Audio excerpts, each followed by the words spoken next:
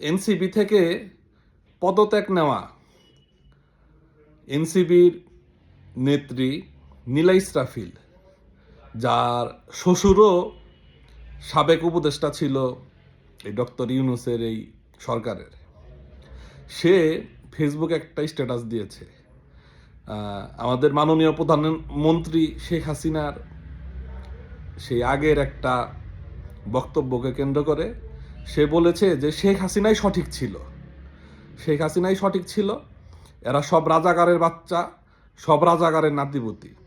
দেখেন, নীলা ইসরাফিল কিন্তু এই ১.৫ বছরের উপরে এনসিপির সাথে কাজ করে এনসিপির আসল চরিত্র দেখতে পারছে। অনেক কিছু ভেবে চিনতে, অনেক কিছু এনসিপির ভিতর থেকে দেখেই কিন্তু সেই কথা বলছে যে আসলে এরা রাজাকার, এরা রাজাকারের বাচ্চা, রাজাকারের নাতিপুতি। আস্তে আস্তে যারা শেখ হাসিনার বিরুদ্ধে ছিল জুলাই আগস্টের আন্দোলনে, আস্তে আস্তে সবাই তাদের ভুল বুঝতে পারতেছে যে তাদেরকে একটা ব্রেন ওয়াশ করা হয়েছে।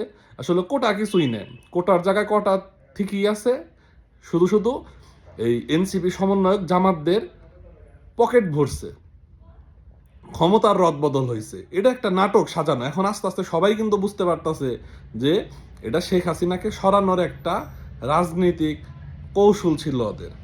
আস্তে আস্তে সবাই সবার ভুল বুঝতে পারতেছে। শেখ হাসিনাই সঠিক ছিল।